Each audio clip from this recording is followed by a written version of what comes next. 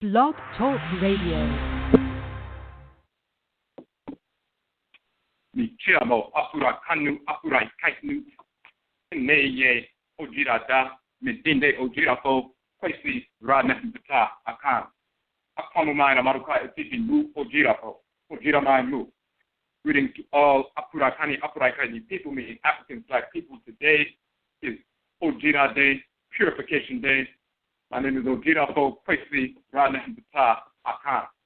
Ojirafo will be a common nation in North America within Ojirama, the purified nation, Afurakani, Afuraitkaitnit people in the Western Hemisphere.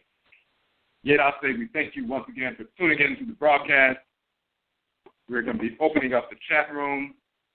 If you have a question or a comment and you'd like to make a question or place a question or a comment in the chat room, you must log in as a user in order to interact in the chat room. If you do not have a username, you can sign up for one quickly in Blog Talk, and then you can interact. On the phone line, if you have a question or a comment on the phone line, simply hit the number 1 so that we can see that your hand is raised, and then we can connect with you on the phone line. We're going to reboot the chat room real quick. Sometimes Blog Talk has an issue with the chat room initially. As we're rebooting the chat room, for those who are new to the broadcast, we have restarted our regular schedule for the broadcast. We have 4 broadcasts on a weekly basis. On Joda, on Monday nights, we have Akanko Nanasong, Ancient Authentic Akan Ancestral Religion, where we deal specifically with the Akan expression of ancestral religion. First and foremost, because we are Akan. Secondly, because of the misinformation that is propagated regarding Akan culture, cosmology, religion, philosophy, and so forth, not only coming from individuals in the Western Hemisphere, but those who have been infected with white culture, pseudo-religion, Christianity, Islam, Judaism, Hebrewism, and so forth, Hinduism on the continent, and therefore their presentation of Akan culture, philosophy, truthstory, cosmology, ritual practice, and so forth has been infected. So we deal with ancient, authentic Akan ancestral religion going back to our ancestral home in ancient Kanat, the Kan land, which is the title of ancient Nubia. Some of our people migrated from ancient Kanat, the Kan land, the western part of the continent a couple of thousand years ago, reestablished our Kanat civilization, the ancient Nubia or Kanat civilization, called the Empire of Kanat or Ghana. 1,000 years later, some of our people migrated from that region further south, reestablished our Kanat civilization in the forest belt and savannah regions, in the regions of contemporary Cote d'Ivoire, Ivory Coast, and Ghana, Republic of Ghana. Hundreds of years later, some of our people were taken from that region and forced into the Western Hemisphere during the Musuo Ketie, the Great Perversity, the enslavement era. And this is how we arrived in North, Central, South America, the Caribbean, and Europe during that period. Akan people brought our ancestral religion in our bones and blood into the Western Hemisphere. In North America, the Akan ancestral religion is called and referenced popularly as hoodoo, which is from the Akan term undu, meaning medicine from root trees, plant life, as well as mineral life, root work, root medicine, and so forth. It also means to become heavy with the spirit. And the abosom and nananom, the spirit of the deities and ancestral spirits of our blood circles come down to possess the individual. We become undu, we become heavy with the spirit. So the term undu is where the term hoodoo comes from. Hoodoo is the Akan ancestral religion. We've proven that in our book, Hoodoo People, as well as Hoodoo Mind Journal. And of course, we have our Hoodoo Mind, Hoodoo Nation Festival coming up this Sunday here in Washington, D.C., all-day festival from 11 a.m. to 7 p.m., and we'll be talking about that very shortly.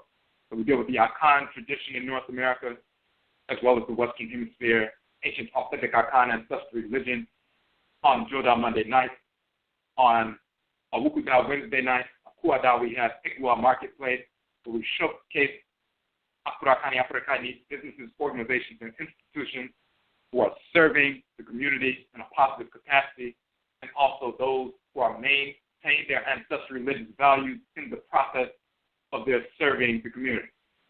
We highlight one business, organization, or institution per week because part of our home economic development model, which we have published, and you can download that publication for free, of course.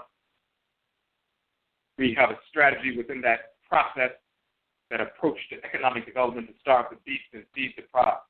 That means we make an assessment on a weekly basis to determine what funds we would have potentially wasted with the whites and their offspring, and then we starve the beast and feed the product. We reallocate those funds away from the white businesses, starve the white beast, and direct them to the business, organization, or institution of the week. We are targeting one Afurakani, Afuraitkaitnit business, organization, or institution per week for 52 weeks for optimal capital infusion. So thus, when we starve the beast and feed the prize, when we direct $10 or $15 away from the whites and their offspring, a business that we would have wasted that money in during the course of a week, and direct it to the business of the week, that's a transfer of $10 or $15 in capital. And of course, when 1,000 of our people engage that process, that's a transfer of $10,000 to $15,000 in the course of 1 week to a black business that's been targeted for that infusion. They can therefore hire immediately in the same week from within the community, so our people gain employment, but they also expand their products and services to us.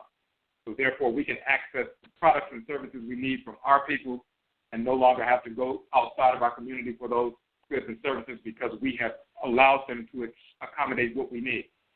Of course, that's a win-win situation. If we do not engage that process, then by default, we leave that $10,000 or $15,000 in the hands of the whites and their offspring, and of course, that is financing our own oppression. So we starve the beast and feed the prize. So we deal with that on Igwa Marketplace Day. We have the business, organization, or institution.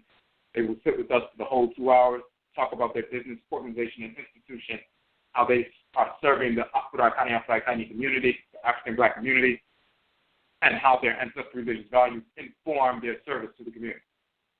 On Yauda, which is also called Yada, and Abada, which is Thursday, we have Humanism, which means affairs of the nation.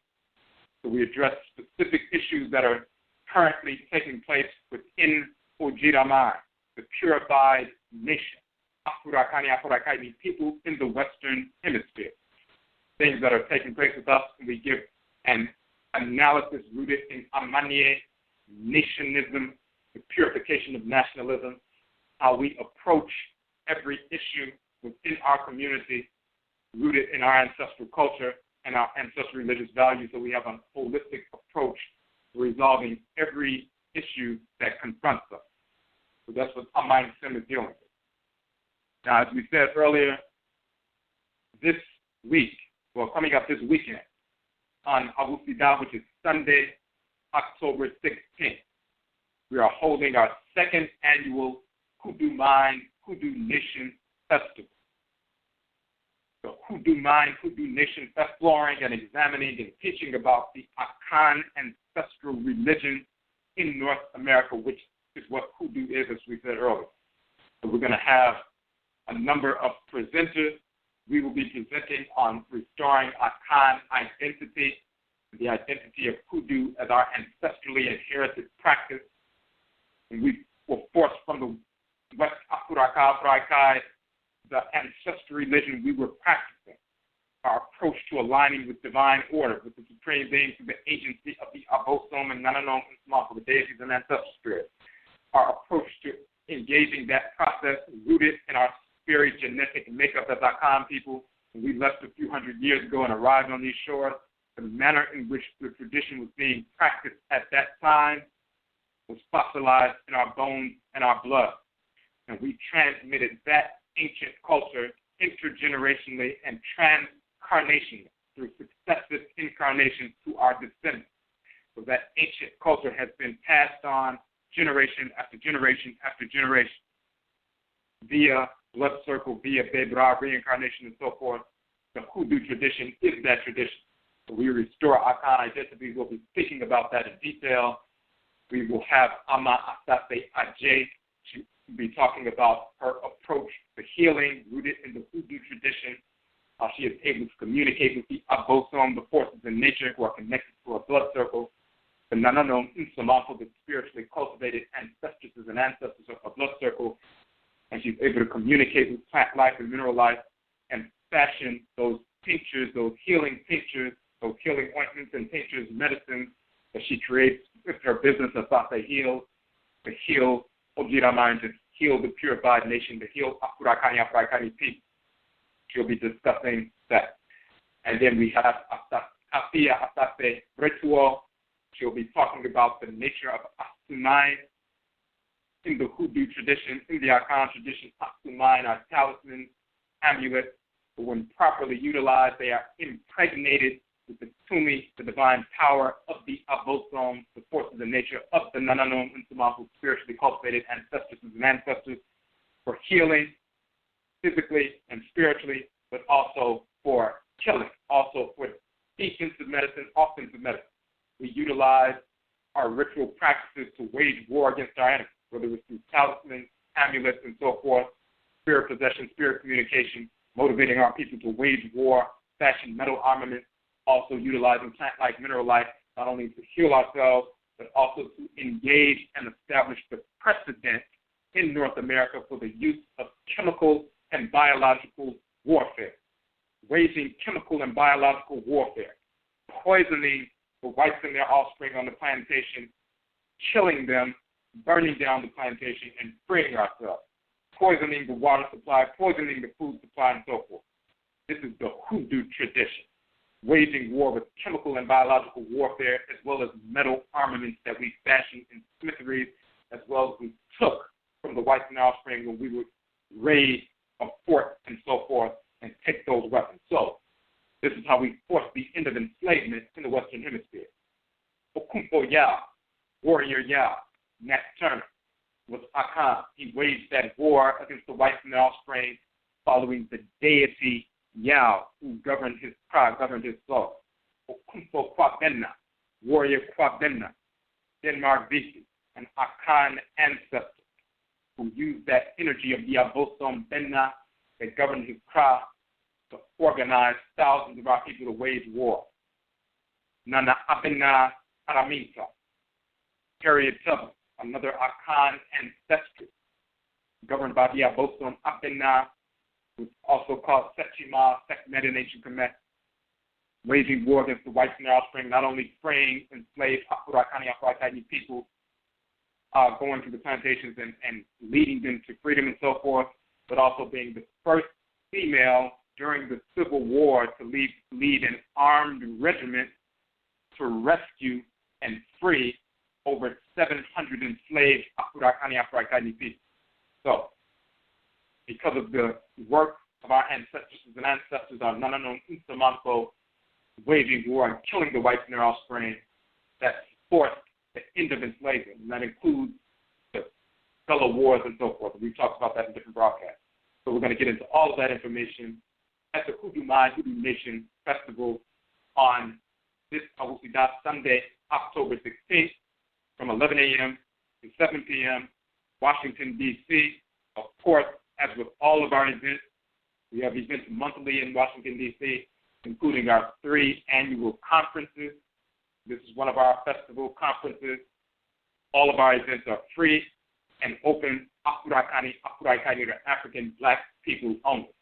Registration is free. Registration is required. You can go to the Hoodoo Mind, Hoodoo Nation Festival page to get the detailed information, and you can register via our Facebook notification, as well as our ODWIRA Mind, our newly established ODWIRA Mind social media network. We just put the link in the chat room, and you can check that out. We will have an Egua marketplace. All day you can shop with our marketplace vendors, products, natural health products, bath and body products, ancestrally crafted jewelry, culturally and spiritually grounded clothing, books, a number of different products, raw, vegan food, and so forth. So we'll have all of that going on during Festival Day. As we mentioned last night, we have 3 spaces that opened up for vending because we had a few cancellations. People had some family emergencies, so they had to cancel last minute. So we have 3 spaces open. If you would like to vend, go to the Hoodoo Mind Hoodoo Nation Festival page. We supply 1/6 per table and 2 chairs. The vending fee for the whole day is $30. All the information is on the Hoodoo Mind page. And finally, we are publishing the Hoodoo Mind book, just as we did last year, to give away that free book to everyone who comes to the event. At every event we have, every month, and even when we go around the country doing presentations. We have published 23 books. This will be the 24th book. Every presentation we do here in D.C., as well as around the country, we always stipulate that people are not charged an admission fee to come hear the presentation. It's always free. And we always give a free copy of one of our softcover books away to everyone who attends the event. We'll be doing the same thing at the Hoodoo Mind Conference. If you would like to place an ad, today and into tomorrow will be the last day. After tomorrow's broadcast of Engua Marketplace, that will be the last day because we have to go to print in the next couple of days so we can have the books ready for the event. So if you'd like to place an ad, go to the Hoodoo Mind page. A quarter page ad is $25, half page ad is $35, full page ad is $50. The ads are in color, and the size is 8.5 by 11. The book's an 8.5 by 11 size, magazine size book. So all that information is on the Hoodoo Mind Hoodoo Nation page. So we're going to get into our information for tonight. It's Benada Tuesday. We have ODWIRA is the name of our broadcast. ODWIRA means purification. It also means to celebrate a ceremony of purification. You will find that term in the language of ancient Medusa. You will see that on our page. Jira meaning purification, or to celebrate a ceremony of purification. Jira also means purification in the Akan language, and also to celebrate a ceremony of purification. That ceremony of purification, the major ceremony called Ujira, is the name of the Akan New Year. We just had our New Year celebration in September, 7-day New Year celebration, leading up to the first full day of the Autumn Afuraitkaitnut, or so-called autumn equinox, which is the end of the warm cycle, harvest time, but also the beginning of the seeding cycle, conception time. So the end of one cycle, beginning of a new cycle, the balancing point, one of the balancing points of the year, that is the beginning of our new year, the conception time. So September 22nd was our New Year's Day. It was the first day of our year 13,017. Of course, we do not calculate time based on a fictional cartoon character who never existed, Jesus or Muhammad or these other fictional characters. So the name of the new year is ODWIRA, which means purification. When we talk about ancestral religion, and on our shows on Abinada Tuesday nights, ODWIRA, we're talking about the purification of our ancestral religious culture, practices, cosmology, philosophy, and so forth, that which we utilize to govern our lives in a harmonious fashion, individually as well as collectively as a group, so that we can function and build and defend what we build in a harmonious fashion, defending against our enemies effectively. We're talking about the purification of concepts, culture, ancestral religious practice, and so forth. When we talk about Nanasom, Afurakani, Afuraitkaitnit, or African ancestral religion, no matter what form it takes, whether the expressions on the continent or the expressions in the Western Hemisphere, like Hoodoo, which is our Khan tradition, Juju, which is Yoruba tradition in North America, Ridri, which is Bambara tradition in North America, Wanga, which is the Obambo tradition in North America, Vodou, which is the Fong Ebe traditions in North America, and Gangan, which is the Fang tradition in North America. No matter what expression these traditions take, Obia, which is Akan ancestral religion in Jamaica, Wusi, the Akan ancestral religion in South America and Suriname and so forth, no matter what form ancestral religion takes amongst our people, in essence, it is the ritual incorporation of divine law and the ritual restoration of divine balance. So through ritual, we incorporate those things, objects, deeds, and entities we need to incorporate in order to harmonize our thoughts, intentions, and actions with divine order. And through ritual, we reject those things, objects, deeds, and entities we need to reject in order to restore balance to our thoughts, intentions, and actions, and therefore realign ourselves with divine order. So the ritual incorporation of divine law and the ritual restoration of divine balance are the expansive and contracted poles of ancestral religion. ODWIRA, purification, operationalizes nanason. Purification operationalizes ancestral religion, our practice of ritually incorporating law and ritually restoring balance. So this is what the program is always about. The subject matter is always about the operationalizing of our ancestral religious practice, because our ancestral religious practice animates our culture, and our culture animates our approach to amaniye, or nationalism, a holistic approach, and the purification of nationalism. And you'll see in our book, ODWIRA Mind, Afashe, we're talking about nationalism, the purification of nationalism. Nationalism rooted in a spiritual foundation for the coming together of the Afurakani, Afuraitkaitnit collective. So we go into that entire philosophy, showing that nationalism is a corruption born of us studying the whites and their offspring and trying to cobble together an approach to life, an approach to issues, but it's not rooted in a sound, firm foundation. Nationalism, or amaniye, the real foundation. It is the purification of nationalism. It is the root. So we deal with that in our book, ODWIRA Mind, Afashe, and we have our annual conference on ODWIRA Mind, Nationalism, the Purification of Nationalism, in June. So this is what we deal with on Benada, Abenada Tuesday night. Tonight we broadcast BEBRA, MOGYAFRAFO, Reincarnation, and the Spirit of the Mulatto, the mixed-race individual, so-called mixed-race individual. We're going to talk about BEBRA, which is the Akan term for reincarnation, from a true perspective, which is the Afurakani, Afuraitkaitnut, or African black perspective, and the nature of the spirit of those who are mixed blood, what we would call MOGYAFRAFO. Moja in the Akan language means blood. Fra means to mix, and Frafo means those who are mixed multitudes and so forth. So when we talk about MOGYAFRAFO, that means blood mixed. We're going to address who are Afurakani, Afuraitkaitnit people, African black people, and who are not, spiri-genetically. The embrace of the pseudo-religions and pseudo-philosophies of the whites and their offspring, inclusive of Christianity, Islam, moorishism, Judaism, Hebrewism, Hinduism, Vedanta, Buddhism, pseudo-Native Americanism, pseudo-esotericism, atheism, secular nationalism, humanism, as well as occultism and hermeticism and so-called metaphysics. The embrace of these pseudo-religions and pseudo-philosophies by our people, by Afurakani, Afuraitkaitnut people, African black people. And of course, we use that terminology because we have proven in our book, Afuraka, Afuraikai, the origin of the term Africa. That term comes directly from our people thousands of years ago. The term Africa is a corruption of Afuraka, and we prove that intimate due to the hieroglyphs Spanish commit also in the Akan language. So when we embrace these pseudo-religions, pseudo-philosophies, it renders our analysis of life issues impotent.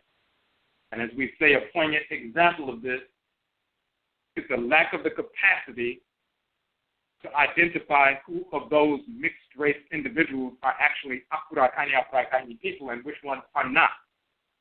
It is only through Afurakani, Afuraitkaitnut, or African ancestral religion in its varied expressions and the holistic or full view of reality that it provides that we are able to properly identify one another. This includes a proper understanding of BEBRA reincarnation. We talk about the nature of the spirit that enters into the womb. Who was that spirit before they entered into the womb? This is the nature of the individual, their identity. Atheism can't get you to understand that identity. Pseudo-scientific empirical experimentation or empirical inquiry cannot get you to that proper definition. The so-called scientific approach or method of the whites and their offspring is inferior to our culture. Only fools will uphold the whites and their offspring's approach to scientific inquiry. We have our own approach that is sound and holistic, that is superior to anything the whites and their offspring have copied from us and truncated. So it's idiotic for Negroes to run around parroting the approach of our enemies who are inferior to us and do not have the views, like someone who is talking to someone who is legally blind and listening to them to describe what's in a room that the other person has not entered into yet. Or someone who is totally blind. You're going to rely on a blind individual to describe for you what is in a room because you don't want to use your own eyes that you can see clearly, and you're clearly superior with regard to vision over this individual. But you're going to rely on a blind individual because you worship the individual. If you're following a blind individual, someone who does not have the capacity to see, and you advocate your own responsibility, develop your own capacity to see and analyze and find these things out for yourself, that's because you have self-hatred and you worship these individuals. And most of these Negroes, deep down inside, they worship the whites and their offspring. It doesn't matter what they say on the surface, claiming to be cultural or African-centered, whatever. That means nothing. Their actions prove, and even the nature of their spirit proves, even before they engage in the action, the nature of the discordance of their spirit proves that they worship the whites and their offspring. And that's why they spout this nonsense. So unless you engage ancestral religion, which is the foundation of culture, which animates ancestral culture, always has and always will, because we have a direct relationship with Nyamewa and Nyame, the great mother and great father of the supreme being, called Amenet and Amen in ancient Kemet, Lisa and Mawu, or Mawu and Lisa in the Vodun tradition, Komosu and Chupu in the Igbo tradition, Olokun and Olorun in the Yoruba tradition, the great mother and great father of the supreme being. We have a direct relationship with them. And because of that, we're cells within the great divine body of the supreme being, because of the capacity we have to receive the energy and consciousness dispensed to us by the supreme being as cells within their great divine body. We have the capacity to engage inquiry and know things inside out. Know the nature of things as well as their physical manifestation. We can understand and learn of the identity of the spirit that enters into the womb.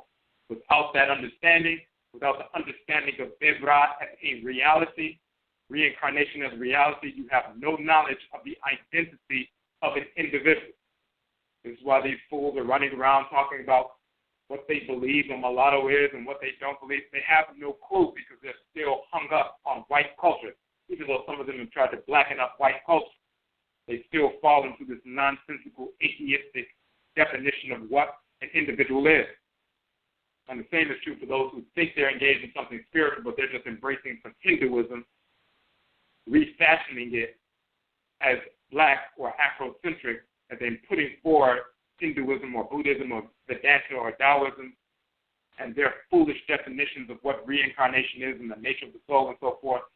They're putting forward that foolish information as quote-unquote ancient Africa, or some fools embracing pseudo-Native Americanism, which is just white, Asian invaders, criminals who invaded the Western Hemisphere and waged war against our people who are already here. They're embracing them and their foolish culture as quote-unquote Native American, and trying to embrace themselves as Native American and so forth, embracing the corrupted, perverse culture of the white Asian who simply imitated our people and then recast the culture that they learned about through observing us, taking the fragments that they learned, recasting them, giving a truncated version of that culture and calling it Native American, which is nothing sensible, and then they represent that to us as culture, and then our people foolishly began to dress up like little pseudo-Native Americans and so forth and start embracing their silly little cosmology, and then turn around and call that corrupted pseudo-culture the original black culture. Then they blacken up the pseudo-Asian corruption and call it the real thing. That's akin to black people in ancient Kemet being invaded by the Greeks. Then the great Greeks later on, after dressing up like us and taking on names that they learned from us and imitating the temples and shrines and so forth that we built, and building ugly-looking shrines trying to imitate what we were establishing. They truncate the tradition because they have no capacity to communicate with any deity at any time, never have and never will, because no deity has ever communicated with any white individual, male or female. That means white European, white Asian, white American, white pseudo-Native American, white Hindu, white Arab, white Asian in East Asia or Eastern Eurasia and so forth. None of the whites and their offspring have ever communicated with any divinity, any force of nature, or the supreme being. Never have and never will. They are spirits of disorder that are repelled by the supreme being, just like your body repels cancer cells and destroys them. It doesn't embrace them and communicate with them and reincorporate them into the body. It kills them through the immune and lymphatic system. The whites and their offspring are the immune or the cancer cells within the body, and they are isolated to be destroyed. So no deity has ever communicated with them. They have no knowledge of the culture. So if Greeks imitate our people and dress like our people and name themselves after our people and imitate our modes of activity, it's all empty ritual. They're communicating with no spirits at all. If they engage in that process, and when they did that, if some of our people there saw what they were doing and began to imitate the white Greeks who were corrupting our tradition and the little fragments they corrupted, then the brainwashed blacks began to imitate the fragmented, corrupted Greek version of the original tradition, and then blacken up the Greek, corrupt, truncated version and call that the original version. That will be idiotic. And that's exactly what black people who are claiming to be Cherokee and all this other nonsense are doing. They're embracing the white Asian invaders who corrupted fragments of our culture when they came in contact with it. Those corruptions are nonsensical. They promote those as ancient, traditional, ancestral Native American traditions, which they are not. And then we embrace those fake, corrupted, truncated expressions, blacken up those fake, corrupted, truncated expressions, and then run around calling ourselves Native American and say we've always been here and we never came from the continent. That's idiotic. Of course, our people worship the white and offspring. They just want to have proximity to someone with light skin and straight hair, because deep down inside they still hate themselves. That's what's going on. So when our people embrace these foolish philosophies, they have no capacity to understand and identify the nature of a spirit, because they're embracing foolish philosophies and cosmologies, truncated cosmologies, corrupt cosmologies that cannot give you that information. Ancestral religion is superior. It is the only approach to engaging in full, actual inquiry. Ritual is the science of Afurakani, Afuraitkaitnit culture. We've gotten into that in another broadcast. So first what we're going to do is we're going to go through a portion of the section in our book, our most recent publication. We have 23 books out, and the book coming up this week, Hoodoo Mind, Hoodoo Nation Journal, will be the 24th publication, and we have more books coming out as well on a number of different topics. The most recent publication that we have released is Afradin Bosom, the Akan Abosom, or deity of the Okra, the soul, the deity that dwells in the head region, and the 7-day Akan week, from ancient Kanit, Nubia, to Afurakanu, Afuraitkaitnut in America. So, of course, in our Akan tradition, when you have people named Kwame and Ama, Kwesi and Akosua and Etsi, Kwajo and Ajua, Kojo and Ajua, Kwabena, Abena, Kwaku or Kweku and Akua, or Akwia, Yao or Kwao, Ya and Abba, Kofi and Afua or Efua. These various names of the days connected to the days of the week are based on the fact that there are deities, abosom, forces in nature that animate moon and planets that govern the 7 days of the week, and the deities that animate those forces in creation that regulate all natural cycles on earth and therefore regulate us. When we're born on those days, that is an indication that we were aligned with that deity pre-incarnation. Before we entered into the womb, that deity was assigned to our head pre-incarnation by the Supreme Being, and therefore we made sure, our Utsumako made sure, our ancestors made sure that we came out of the womb on that day as an indication to the community of what divinity we were assigned to pre-incarnation. And of course, that character will manifest within us as we grow and develop. right away, but as we grow and develop, it becomes more strong. So the Afuraitkaitnut bosom are these deities that govern the solar, lunar, and planetary bodies, animate them, that govern the 7-day week. These same 11 deities that govern these natural cycles are the exact same deities in ancient Kanit and Kemet, Nubia, Egypt. We prove that in the book. And then we have volume 2 coming out, volume 2 and 3 coming out as well. But we prove that these are the same deities with the exact same name, exact same functions in creation, governing the exact same celestial bodies and aspects of the Earth Mother and so forth. The same names and deities in the Akan language as they exist in ancient Kemet. All of them. And of course, the language of the Akan is the same language of ancient Kemet, as well as other languages across West and Central Afuraitkaitnut, and so forth. So we prove that conclusively, and this is the first book to do that. Part of that process, we must talk about BEBRA, reincarnation, to fully understand, before we enter into the womb, what divinities, what deities are assigned to us, what our divine function in creation is going to be. We have to go through all of that in order to understand how these divinities, these forces in nature, govern every aspect of our lives. And of course, these same divinities exist in every Afurakani tradition because they are reality. So we show the connection between each one of these 11 divinities of this specific grouping, because there are more than just 11 divinities, but this is a specific grouping of deities that govern natural cycles. Just like you have different organs and organ systems, and you have specific grouping of organs and glands. Your endocrine system, there's a specific grouping of glands. Your respiratory system, there's a specific grouping of organs that comprise the respiratory system. The circulatory system, a specific grouping. The reproductive system, a specific grouping with their own number of glands and so forth. Each grouping of glands and organs in each system has its own function that is important within the body. Each grouping of divinities in ancient Kemet has its own function. They are the organs and systems within the great divine body of the Supreme Being, literally. So when you have these 11 divinities that govern all natural cycles, and you'll find this set of 11 divinities in the Meru text, the pyramid text.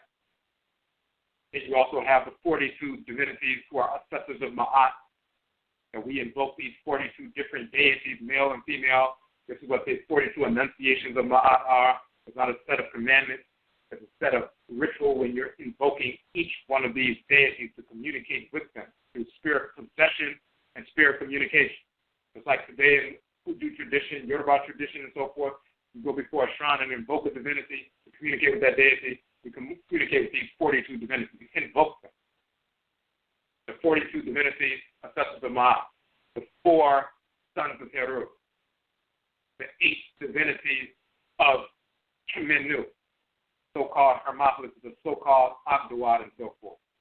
Those 9 divinities of Anu, talking about Akim and Shu and Tefnut and Geb and Newton, Asar, Aset, Set, Nebuchadnezzar, and so forth. These different divinities, these different groups of divinities are the different organs and organ systems within the body of the Supreme Being. And every grouping, whether it's 8 or 9 or 11 or 42 or 4, each one has its own function in the great divine body. And all of them can be found, and we show the continents between their manifestation in the Akan tradition, the manifestation in the Yoruba tradition, the manifestation in the fallen Ebe tradition, Vodun, the manifestation, of course, in ancient Kemet. And the descriptive titles of these deities, as well as their primary titles, can be found in all of these languages. The exact same names you find in the hieroglyphic dictionary, you find in the Akan language, Yoruba language, Ebe language, Fon, and so forth. So we go into detail about that in this book. And we'll put the link in the chat room real quick so you can follow along this section. We're going to go through a couple of things in the book, and then we're going to go through a text from ancient Kemet, and then we're going to go back to the book, go into detail, show what's going on. So you go to the Unhoma page, and we'll put it's the Afuraitkaitnut boson book. Afuraitkaitnut boson. So you go to the Unhoma page, the publications page, you will see on the last book is the Afuraitkaitnut boson book, volume 1. All 23 of our books we have made them available as free downloads. We publish and print our own books in-house on our own printers in color. So we do print the softcover versions. We sell those. They range between $8 and $13. Most of them are $9 or $10. But for those who don't have any money, don't have any funds, if you need that information, of course, we make the ebook version free, and it's a full version. So every book that we have, all 23 books, you can download them for free at any time that's permanent. If you would like to purchase the softcover versions, they range between $8 and $13. You can purchase those as well. So this is one of the books. It's volume 1, and we're going to go through the section on BEBRA. It says BEBRA, Nin, Okra, Reincarnation, and the Soul. And that's on page 17 of our book. We need to go through this process so that we can understand the nature of the Sun, or the Spirit, or the Spirit. Of course, in one of our other books, Rekit, Spirit, Etymology and Cosmology of Religion and Spirit, we show that the term religion and spirit comes from Rekit and Spirit in ancient Kemet. We'll go into detail about it. All right. So we say, when an Afurakani, Afuraitkaitnit person, African black person dies, the spirit soon separates from the physical body. The body is buried during the funerary process, which is called Aiye in Akan. If the person lives in harmony with divine order, he or she is a deceased spirit, some mind in Akan. That spirit will join with the community of his or her ancestresses and ancestors, the Unsamanko, which includes the class of ancestresses and ancestors who are spiritually cultivated and thus live the life of harmony with divine order. The Nananum Unsamanko. The term Unsamanko, the root is Saman, which means an ancestral spirit. Samanko is a group of Saman. That means plural. Unsamanko is the group of Saman, ancestral spirit. Now we also have a class of Unsamanko, which are called the Nananum Unsamanko. Nana is the highest office attainable in society in our Akan tradition. Those males or females who live in harmony with divine order on a consistent basis, they crystallize into the function of Nana, that's an honored elder or honored elder. Plural is Nananon. When they transition through the process of death, then they become Nananom Unsamanko, those kind of Unsamanko who are Nananom, who achieve that special office of Nana, spiritually cultivated or honored elder and elderly. So you have the regular Unsamanko, people just died, they were nice people, but they weren't necessarily spiritually cultivated. Just the regular Unsamanko, or what we would call Unsamanko Pa, good Pa, Unsamanko, good ancestral spirit.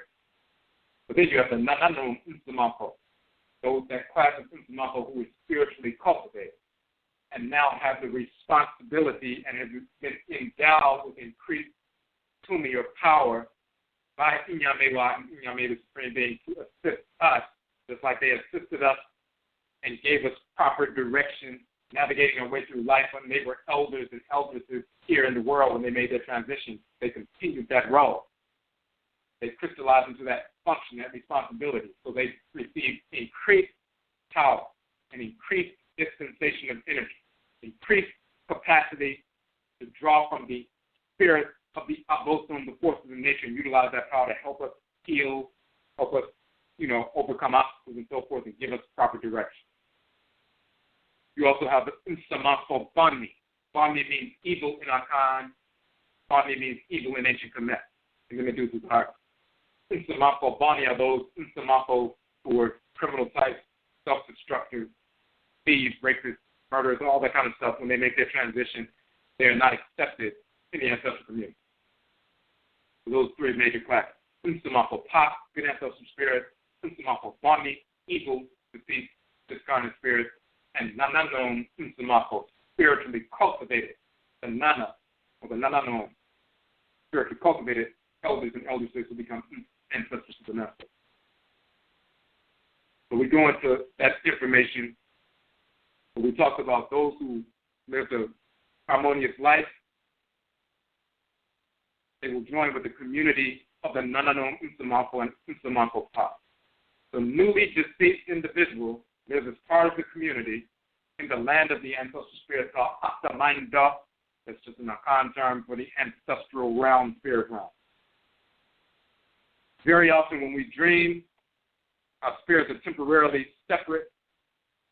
They temporarily separate from our bodies.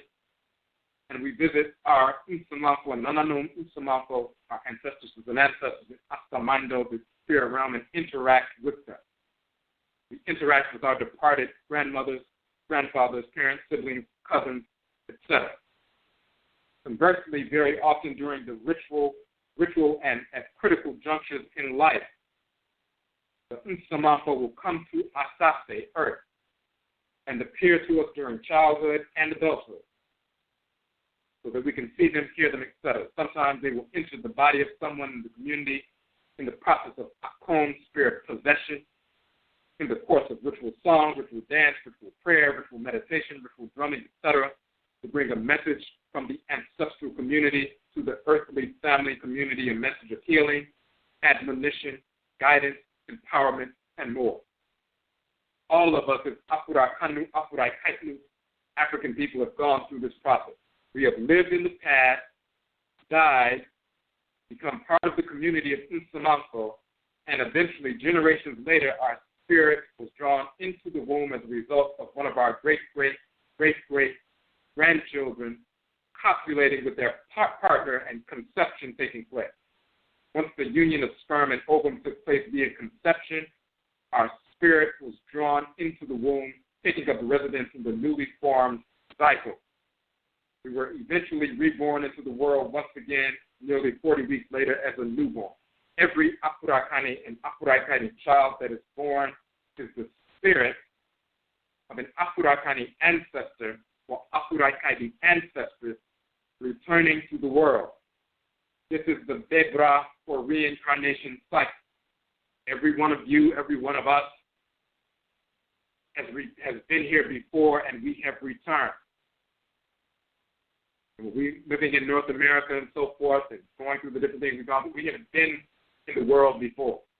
We're not brand new spirits who have never incarnated, who are coming back and being born into America. We have lived before. And we also state, and we highlight this point, which is very important. It must be stated that BEBRA reincarnation is not a quote-unquote sentence, a punishment of the negative results of us not fulfilling our spiritual development as misstated in the pseudo-religions and pseudo-spiritualities of the whites and their offspring, inclusive of Buddhism, Hinduism, occultism, Hermeticism, and New Age pseudo-spiritual propaganda. BEBRA, or reincarnation, is sacred and divine. As stated earlier, Asase Afur and Asase Ya, the first mother Abosom, the two twin first mother divinities, they are deities, divine spirit forces in creation. The earth is divine. Our entrance into earthly life to function as cells within the body of Nyame, the great mother and great father, supreme being, is a sacred divine assignment. It is not frowned upon, it is celebrated. It is recognized to be an honor to return to the embrace and womb of our two earth mother Abosom deities, Asase Afu and Asase Ya. The Achiwadieko, the spirits of disorder, the whites and their offspring, who are divinely hated, repelled, restricted, taboo. They have no capacity to align with the Abosom, the deities, who are the embodiments of divine order in creation. It is the Achiwadieko, the spirits of disorder, the whites and their offspring, who created the foolish philosophy of the quote-unquote flesh and the world being quote-unquote evil or an illusion, quote-unquote Maya, or full of suffering because of impermanence. This is because their flesh is perverse, disordered, and they are alien to the natural cycles of earth, the world as cancerous in the world. Just like cancer cells are against all the other cells in the body. They are not naturally occurring. They degenerate and become disfigured, and they're out of harmony with everything in the body. The whites and their offspring are the cancer cells within the great divine body, disfigured cells who seek to consume all of the other cells until they are eradicated.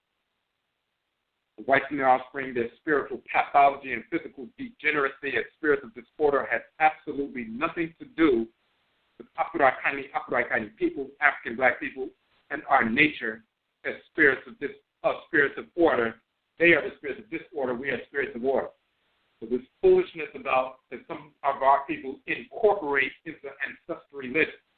Here's some Akan, quote-unquote Akan people, or quote-unquote Yoruba people, or people talking about Vodun and so forth, saying that they only return to the world to learn certain lessons, and once they learn certain lessons, they don't have to come back to the world because the world is like a sentence, and you really want to be in the spirit realm, so you're only forced to reincarnate, and once you finish your mission, you don't have to come back. That is stupidity. That's foolish. That is Hinduism. That is Buddhism. That has no basis in reality. When we come into the world, we come into Asaseya or Asaseya, the two Earth Mother deity, that is divinity. We have a divine assignment given to us by Inyamewa and Inyame to execute a function in the world. Your cells that develop within your body are not developing within your body to function because they're being sentenced and punished because they didn't learn lessons. And until they learn their lessons, they're just going to have to continue to be a liver cell or a heart cell or a spleen cell or a pancreas cell or a brain cell and so forth until they learn something. That's stupidity. There's no basis in reality. This is what happens when we don't embrace our culture from a true Afurakani, Afuraitkaitnit perspective. We begin to blend the stupidity of the white female offspring into our ancestral culture, and it becomes corrupted. And then pseudo-priests and priestesses from the continent as well as in the Western Hemisphere promote that nonsense because they have been infected past 100 to 200 years with Christianity, Islam, and white culture in general, and they have woven that infection into the presentation of ancestral culture. And the unknowing person going to someone from the continent trying to learn something about the culture, they look like they're traditional, they're dressed traditional, they speak the language, they live in a village, everything looks traditional. But they can't see that they have woven the stupidity of Christianity, Islam, Hinduism, Buddhism, and these different foolish philosophies into the culture over the past 100 to 200 years. Their presentation is misinformed. But we're not dependent on anybody on the continent or anybody outside of our direct blood circle to practice our ancestral religion. We have maintained our ancestral religion in our blood circle that was fossilized in our bones and blood, as we said earlier. When we first arrived here hundreds of years ago, and that tradition, that the way it was practiced hundreds of years ago when we left the continent, that pure, pristine tradition is what we passed on ever since we have been here. So then when we understand that, and we re-embrace our traditions, hoodoo and juju and vodun and grigri and wanga and so forth, and we come in contact with people on the continent who are practicing the traditions in a corrupt fashion, we're repulsed by that. Some will try to say, well, you need to get initiated to understand. No, you don't. Initiation comes through your blood circle. You're not dependent on anybody outside your blood circle. You don't need to get initiated into foolishness so that we can begin to accept foolishness. We know what we're looking at because we never lost our tradition. So that's key. Before you were drawn into the womb, and this is on page 18, before you were drawn into the womb of the mother to return to the world via BEBRA reincarnation, you went through a ritual process. In the Akan tradition, which is in harmony with all other Afurakani, Afuraitkaitnut, African traditions, wherever we exist in the world, we recognize that the Usaman, the ancestral spirit, prior to being sent into the womb, is first drawn out of Asamando, the ancestral realm, and quote-unquote up to Inyamewa and Inyame, Amenet and Amen, the supreme being. If one visualizes the physical Asase, the physical earth, to be the abode of physical human beings, the atmosphere of Asase earth will be akin to the non-physical spiritual realm, the abode of the Instamanto. The black substance of space contains the suns, moons, stars, planets, etc., meaning the powers that animate Asase earth. The black substance of space is comprised of the male and female deities Ka and Kaet, also called Keku and Kekui in ancient Kemet. The black substance of space, which is all pervasive and contains all of existence within it, is the Okra, the soul, the Ka, the Kaet, the Originu, the soul, the divine consciousness of Inyamewa Inyame. This is the great Ka and Kaet, which is referred to as dark energy and dark matter by physicists. This is Ka and Kaet. They now call it dark energy and dark matter, these expansive and contractive forces. We've always known who they are as Ka, a male and female force in creation that we can communicate with and they communicate with us. That black substance is like a black substance in your body, and all your organs are floating within that black melanin. That black substance of space is the black body of creation, black melanin body of the Supreme Being, and all the planets, sun, moon, stars, all the powers are floating within that black substance and contained within that black substance. This is the great Ka and Kayet. The physical Asase earth being visualized as the abode of physical human beings, and the atmosphere being visualized as akin to the non-physical, quote-unquote, world, the world of the Insamako, the ancestors and ancestors. Then the black substance of space, in turn, will be akin to the abode of the Aboso, the deity, the powers that energize and regulate all within creation. The Abosom also have shrines within earth, oceans, rivers, mountains, fire, etc., and shrines within our physical body. Immune system, circulatory system, nervous system, organs, glands, and so forth. That's the relay station for the different deities in our body. And then we establish shrines for them as well that become magnifying centers of their energy, to draw their energy down. So, the parallel of the Ka, Kayet, the dark energy and dark matter, as we said, in the body of the Afurakani, Afuraitkaitnit person is the melanin. Melanin is not only the chemical in your body that gives you your color, found in the skin, hair, and eyes, but internally, melanin is pervasive throughout your body. It reaches its apex in the head, wherein neuromelanin, the chemical apex seat of the Okra, the Ka and Kayet, is located. All of your organs and organ systems dwell within this black chemical within your body, just as all of the sun, stars, moons, and planets dwell within the black, great black body, Ka and Kayet, the dark energy and dark matter of space. And we show the deities Ka and Kayet in ancient Kemet, one of the released of them in the book, on page 19. Yet, up and beyond the black substance of space is the truly infinite Inyamewa and Inyame. It's like you are, imagine yourself as a macrocosm of the Supreme Being, as a male Inyame, female Inyamewa, or Amen and Amenet. Inside of you is that black pervasive substance, and inside that black substance are all your organs and glands, and then inside the organs and glands are the cells, the children of the organs and glands. It's the same structure. Inyamewa, Inyame, within them is the black substance of space. Within the black substance of space are the suns, moons, stars, and so forth, planets. Those are the deities. And then the children of the deities within those organs are plant-like, animal-like, mineral-like, and Afurakani, Afuraitkaitnut, human-like only. The same schematic. So up and beyond the black substance of space, Inyamewa, Inyame, the great beings who are also immanent within their creation. Black substance is their great black body of melanin. We are drawn as cells to the presence, the faces of our great mother and great father. As a spirit, you go before our great mother and great father and are given a divine function to execute in creation within the divine body. You are infused with this divine function. This means the means by which this is accomplished, Inyame, fashioning your crop, your soul, your personal divinity from their own soul, from the great Ka and Kayet. They took, in other words, they take a portion of the black substance of space, which is Ka and Kayet, the male and female force that governs the black substance of space, that is the black substance, that expansive and contractive force, that all-pervasive black substance. They unite to give birth to a small black sphere, a male divinity if you're male, a female divinity if you're female. That male miniature Ka that was given birth from the great Ka and Kayet, a child of the great Ka and Kayet, that little black sphere, as we show in the book, is the divinity that would take up residence in your head region. It would be a male divinity that is birthed if you're a male, a female divinity that is birthed if you're a female. The force in your head that's always pulling you towards thoughts, intentions, and actions that are in harmony with divine order is your Ka, your male, Ka'et if you're female. Okra, Inakan for male. Okrawa, or Okra, Inakan for female. It's the Ori Idu in the Yoruba tradition, the inner spiritual head. It's called the Igbo, in the Igbo tradition, the Chi, the inner spiritual head, the deity that dwells in the head. It's called the Selido in Vodun, the deity, the Vodun that dwells in the head. It is an abosom, a deity, an orisha. It is a voodoo. It is an arusi, which is the term for deity in Igbo.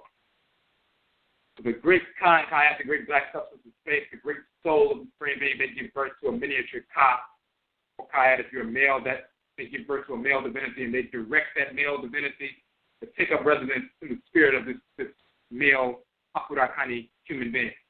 If it's a female spirit, they direct that female deity, take up residence in the head. That black spirit takes up residence in the brain area or the head region of that female ancestor, that spirit. And that deity will guide her throughout the course of her life, or that deity will guide him throughout the course of his life, taking place. So just like you have a physical body and a smaller body in the head region, which is the brain that regulates everything in the physical body, your spirit body, the sum is your spirit body, but then in the head region, the spirit's brain is where the soul is. The soul is a deity. There's a difference in the white offspring just saying the soul means breath, or the soul just means entity, the person. The soul is not the person. You are the person, and then there's deity dwelling in your head region. It's akin, as we said in the previous broadcast, if you're in the car, you're driving in the car, you're directing the wheel, you're going and doing everything you need to do. There's somebody gets in the car with you and sits in the passenger seat. They're watching everything you do. If they're more knowledgeable than you, they can tell you the best way to navigate your way through things. They can tell you what's coming up, what to avoid, and so forth. Both of you are in the same vehicle. You are in control of the steering wheel, but you're getting advice and direction from the other entity that's in the physical vehicle with you. You are a spirit operating through a physical body. The deity, your personal divinity, the Ka, the soul, the divine consciousness, the Krawa, the Orei-Inu, the Selido, the Chi, is a divinity that takes up residence with you in the physical body. And you feel it manifests as a pull in your head towards thoughts, intentions, and actions that are in harmony with divine order. And when you go against that pull, you say, my first mind was telling me to do this, and I went in another direction, and I caused problems for myself. Something told me I should have done something. Sometimes that's an ancestral spirit, but they're just simply telling you or remind you of what your own Ka or Kai has been trying to tell you to do. That force in the head region is the divinity we're talking about. You receive that force that's assigned to you by Inyame wa Inyame. They direct that force to take up residence and in the head region. Now you are a consumer spirit. You have now been given a Ka or Kai, a soul. Now that you have a spirit body and a soul installed in the head region of the spirit body, now you are a whole entity. Prior to that, you were just a spirit with a personality. But when that soul took up residence in your head region, because that soul is going to guide you throughout the course of your life, because encoded or wired within that divinity is a specific function that Inyame wa Inyame has assigned to you to execute.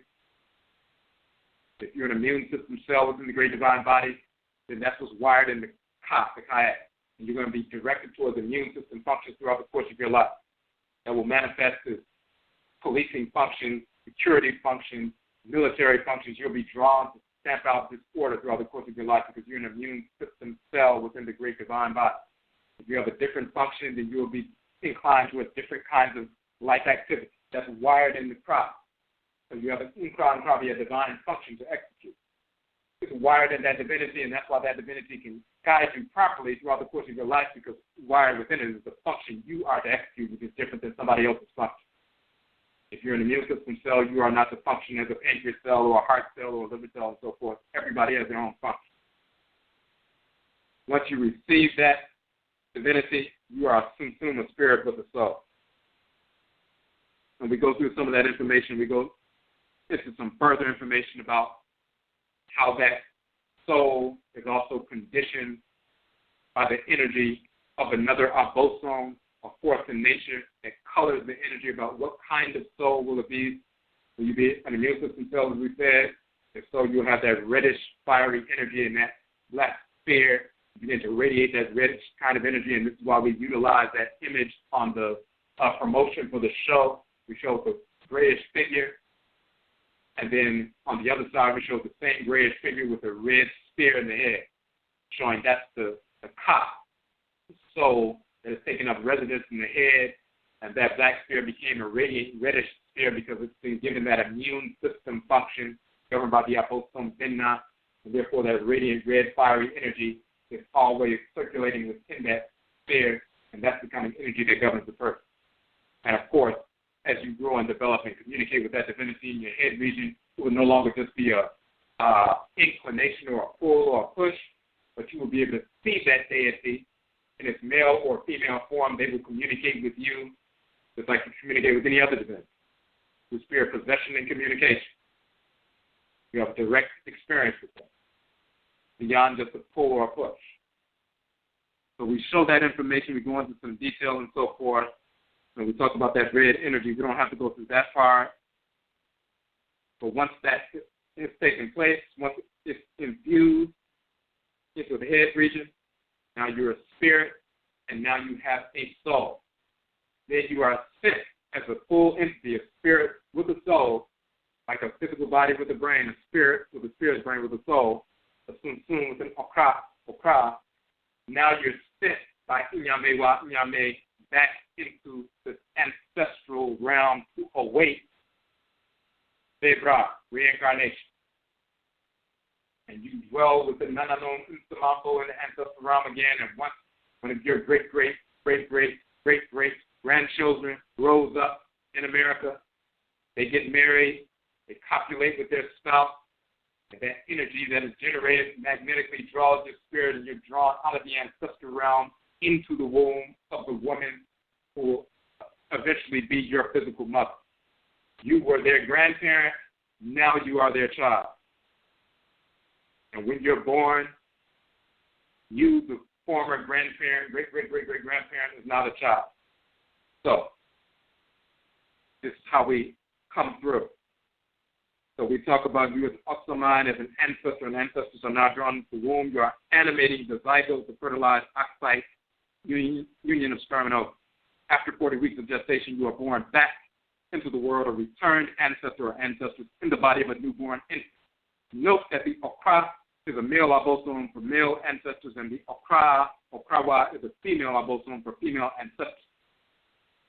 Gender is determined by Inyamewa and Inyame before you are sent into the spirit realm, ancestral realm, and before you enter into the physical world.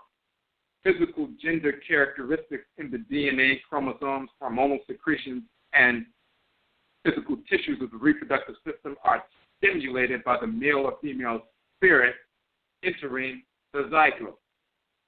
This destroys this whole idiotic notion of originally we're unisex, or originally we're all females, and it eventually returns to that's pure stupidity. Negroes aping the whites and their offspring. Because on one hand, again, deep down inside, they worship the whites and their offspring, and the whites and offspring are simply promoting dissexuality, homosexuality, are promoting that nonsense through their pseudo-science, as well as their pseudo-metaphysics and pseudo-spirituality and so forth. And some Negroes have jumped on that idiot. Gender is determined in the spirit realm. Before you even enter the womb, you're either male or female. When people engage in real ancestral religion and not just talking nonsense, they communicate with a male ancestor. And he shows up as a male ancestor, communicates with him as a male ancestor. They communicate with a female ancestor. And she communicates and shows up as a female ancestor. And when they reincarnate, they come through in that fashion, because they were male and female before they even got into the physical realm. Inyamewa and Inyame. Inyamewa is the great mother. She's a female divinity. Inyame is the great father. He's a male divinity. There's always been Inyamewa, Inyame. Amen. There was never a time when there was just Amen, the great father without the great mother. There was never a time when there was just Amenet without the great father. This notion of there used to just be a male Amen and Amen Ra and so forth, and the female deities in Kemet were just manufactured as complements that comes from white, dissexual, European Egyptologists and others, because they're facts.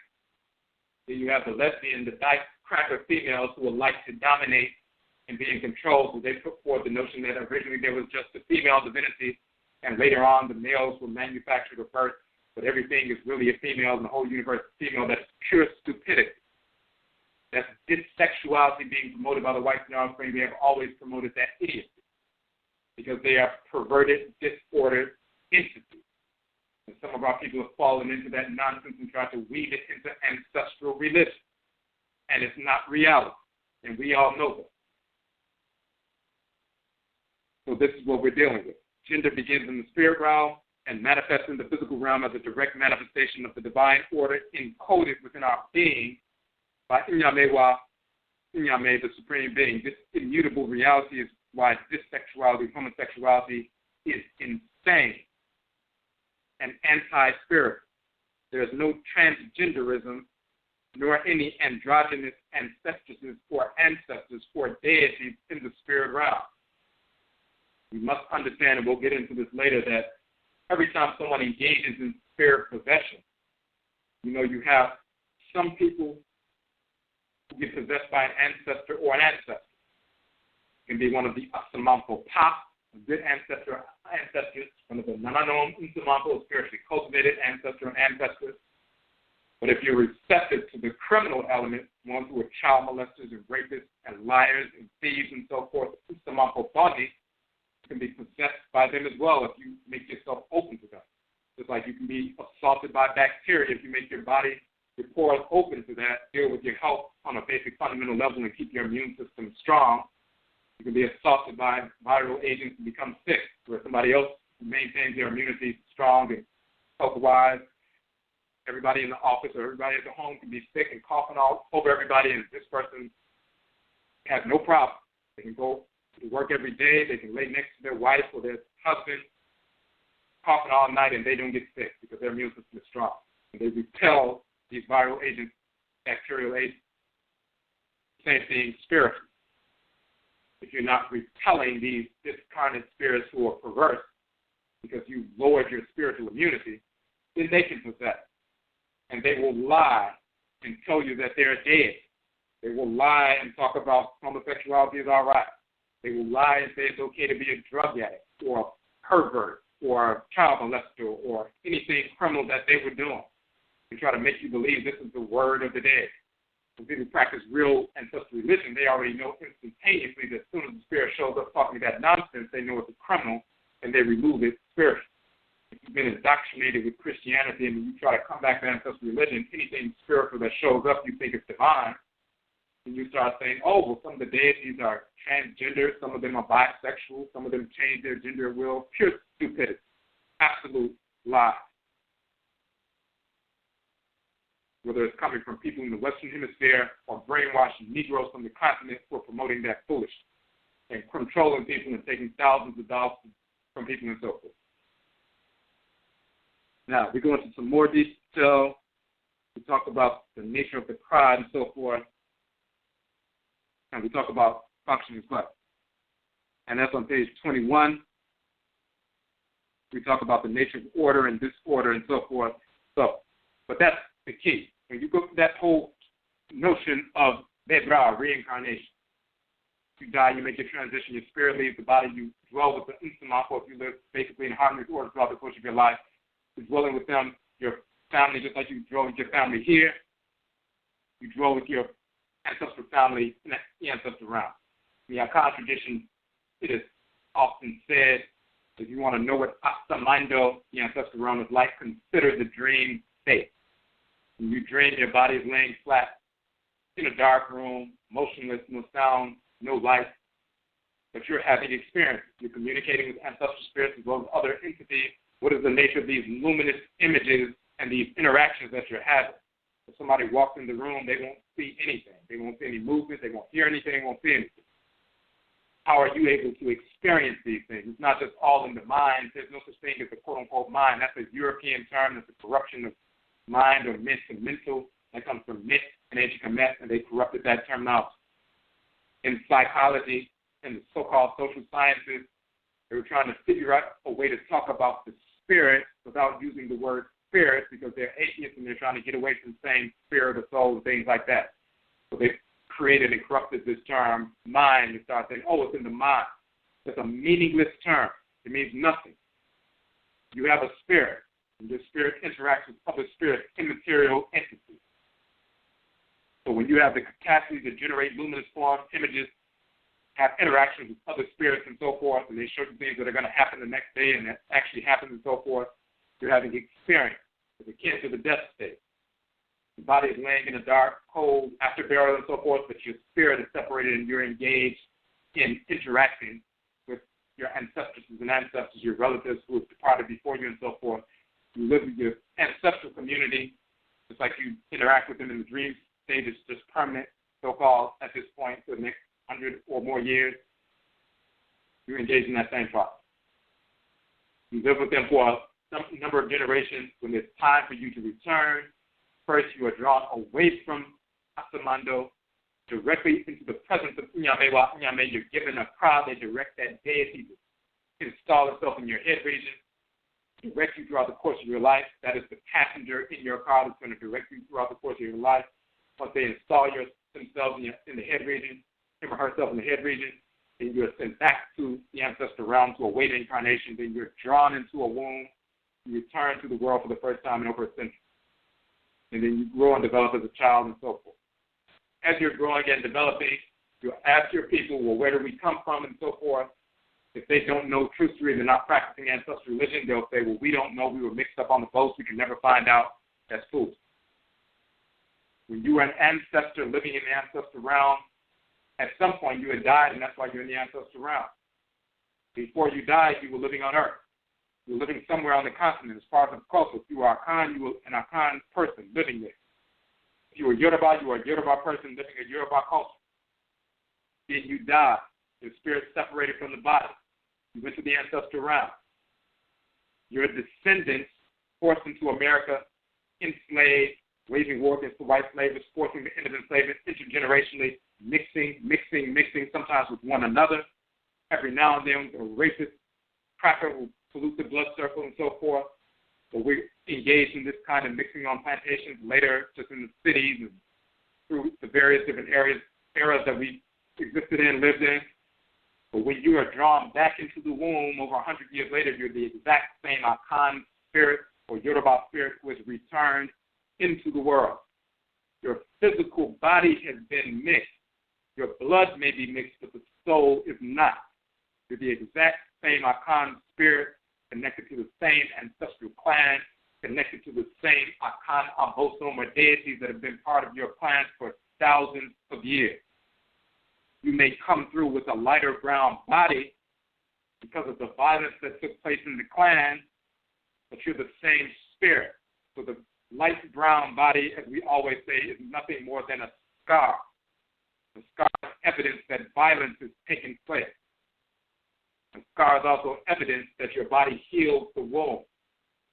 When we have these light brown scars, it's evidence that violence took place in the ancestral blood circles, but it's also evidence that we overcame the physiological battle, or else we would be melanin recessive crackers right now. So you're the same Akan spirit or Yoruba spirit or Igbo spirit that is returned. You may have a lighter brown body because what happened over the past few generations when you were in the ancestral realm, what happened to your people, when you return, you're an Akan spirit with a Kra soul or Kra soul. You come back through, you're lighter brown, but you're the exact same Akan spirit. You may be considered a mulatto or quadroon or octoroon or whatever, but you're the exact same Akan spirit. The degree to which you're lighter brown is based on the scar of the pollution, but you're the same Akan spirit or Yoruba spirit and so forth. That, however, is if you were an Akan spirit.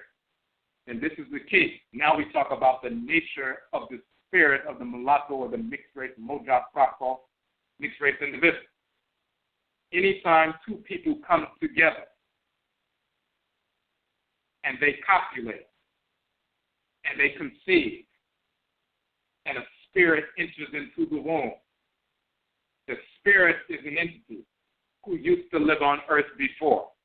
The spirit is not split up. It's the same spirit that used to live on earth before. That spirit can only come from one of two places. It's either an ancestor or ancestress of the father that has been with that father ever since he was a little boy growing up, been connected to that line for hundreds of years, thousands of years. Or it's a spirit one of the ancestors or ancestresses of the mother that's been with her ever since she was an infant. And as she was growing and developing and so forth, one of her ancestors or ancestresses was watching over her, connected to her, and when she grew up at some point, she drew that spirit into the womb. Now we get to the proper definition when we're talking about BEBRA and reincarnation. Who is Afurakani, Afuraitkaitnut, African black, and who is not? Every mulatto is not black, is not Afurakani, Afuraitkaitnut. Some of them are, and some of them absolutely are not. Some of them, when you have a black parent and a white parent, when they copulate, when the black person foolishly pollutes him or herself and copulates with a spirit of disorder, one of the whites in their offspring, in an idiotic fashion, of course, it's always idiotic, self-destructive. When that happens, the spirit is drawn into the womb. If the spirit is one of the ancestors or ancestresses of the black parent, then it's going to come into the womb being forced to have a white stranger as one of their parents for the first time, usually. Here you have somebody who's not Khan or Yoruba warrior or warrioress in a previous lifetime, killing crackers and so forth, and now because you engaged with copulation with a cracker, now you're forcing one of your great-great-great-grandmothers or grandfathers who hated crackers to be born through the womb of a white female, or if you're a white or black female messing around with a white male, forcing your great ancestor or ancestress to come into the world to have a quote-unquote white parent, white father, or white mother. That's still your ancestor or ancestress, however. It's an Afurakani spirit, Afuraitkaitnut spirit. They are one of us. However, if one of those spirits is a white parent, one of her or his great-grandparents returned, some Irish cracker or something that lived 200 years ago, is drawn into the womb, same Irish criminal coming into the womb. And because there's a mixed womb or biracial coupling, then the body that they take up residence in will reflect that physiological mixture. So they will take up residence in a light brown body. But that body of melanin will not give that cracker a soul. The only way you get a soul is from Inyamewa and Inyame. The whites and their offspring do not have a krawa, a soul. That's the difference between white Europeans, white Asians, white Americans, white Hindus, white Arabs, and so forth, white pseudo-Native Americans, the difference between all non-black people and black people. When we return to the world, when we're drawn to Inyamewa, Inyame, we're given a soul. We're drawn out of the ancestral realm, up to Inyamewa, Inyame, given a soul, a deity, and sent back into the ancestral realm and are reborn eventually. So the whites and their offspring die, their spirits separate from the body. They operate in a lower level of the spirit realm amongst their people, transient, criminal-type spirits, and then eventually their descendants copulate and they're drawn right back into the world. They can't go up to Inyamewa and Inyame to receive a crop, a soul, a divine consciousness. They're repelled from that realm. Just like your cancer cells are repelled by your body and eventually isolated and killed. The whites and their offspring can never go to Inyamewa, Inyame. They're repelled, no different than when you have two magnets on a table and the same polarities face. They will repel one another without touching. This order is always repelled by order. The whites and their offspring simply die, operating in a lower level of the spirit realm with other disordered spirits, and then generations later they're sucked right back into the womb. That is the extent of their recycle. They can never expand to the realm of the Abosom or the realm of Inyamewa, Inyame. So they do not have a crowd. They're a spirit without a soul, like a physical body without a brain. They operate in a discordant fashion. That is their nature. They incarnate the spirits of disorder. All of them without exception.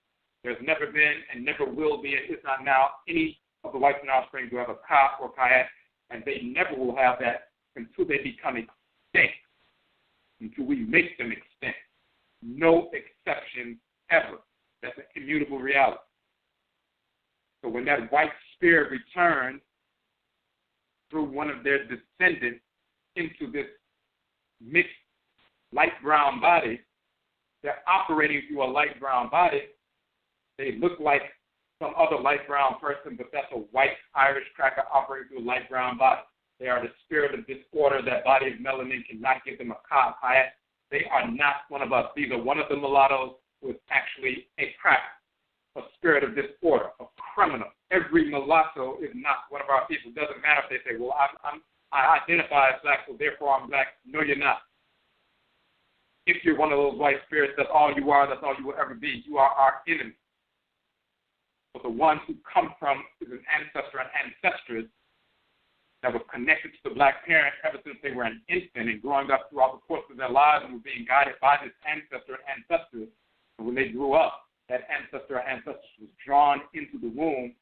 They may come out light brown and looking like a mulatto and so forth, but they're that same great-great-grandparent. That's Nana Kwame, or Nana Ama, or Nana Kojo, or Nana Ajua and so forth that used to live in Kumasi 200 years ago or 300 years ago, and now they have returned. You're forcing them and sentencing them to operate through a light brown body and having a quote-unquote white parent, but that white parent is an alien to them. That's really not their parent. We're talking about real culture, real identity. When they were an ancestor and saw you moving towards that white person to get with them or get married and so forth, they were trying to dissuade you from that, direct you away from that. You walked up to a cracker and they've never seen a cracker before in their lives. All the crackers, ancestors and relatives and family, those are all aliens to you and your family. And you force your ancestor or ancestress to be drawn into that womb, and now they're physically, quote-unquote, attached, a flimsy attachment, and now they're calling this white individual their mother and all of their relatives and cousins. And so they're not really their cousins. This is the first time in thousands of years that they came in contact with this cracker because of the foolishness you engaged in. But they're still an Afurakani spirit or Afuraitkaitnut spirit, an ancestor and ancestor. That is one of our people. That kind of mulatto, MOGYAFRAFO, is one of our people. But if it's the spirit of one of the whites and their offspring who has returned, they will be light brown, but that's a criminal, that's our enemy. How do you tell the difference? Typically, right away, from the time they're younger and growing into adulthood, they manifest who they are. And the ones who are crackers for real, they operate like that, and they are repulsive, and they hang around the whites and their offspring, and so forth. And then the ones who are really black, they tend to hang around their ancestors and connected to the black family and so forth, and they have a draw to them and so forth. When we engage in ancestral religion, through divination, we can determine who's who. Very often, we don't even have to go to that. You can just determine just by your spirit can feel who's who. You know who's repulsive and who's not, and you cut them off. You're like, this particular mulatto is cool, but this other one, there's something wrong with them. That's because you've known all along, your crowd was telling you all along that this is a cracker. Don't deal with it. And then some of them will try to pretend like they're Afrocentric, pretend like they're down, and pretend like they're sympathetic and all this. None of that matters. You don't listen to what people say. You don't even watch what they do because people know how to act and imitate. You listen to what your crowd says. You listen to what your crowd says. You listen to what your Nanano Instamako has to say. You go to your ancestral shrine. And that's the central institution of learning in ancestral religion. And it is our obligation to cultivate a relationship with our Nanano Instamako, our spiritually cultivated ancestors and ancestors, and the Egungu. When you connect with your people on a regular basis, you become more receptive. They will show you who's who. So it doesn't matter what the other individual says. They say, well, I identify as black, or I feel like I'm black, or I feel like... You don't listen to any of that. You listen to what your people say. If your people say, don't deal with this fool, you don't deal with them. It doesn't matter what they say. It doesn't matter what they do. It doesn't matter if they act like they're activists or writing books and talking about culture. It doesn't matter any of that. You don't make decisions based on what somebody else is saying. You make decisions based on what your own crowd, your own soul, your divine consciousness is saying. That's the final arbiter.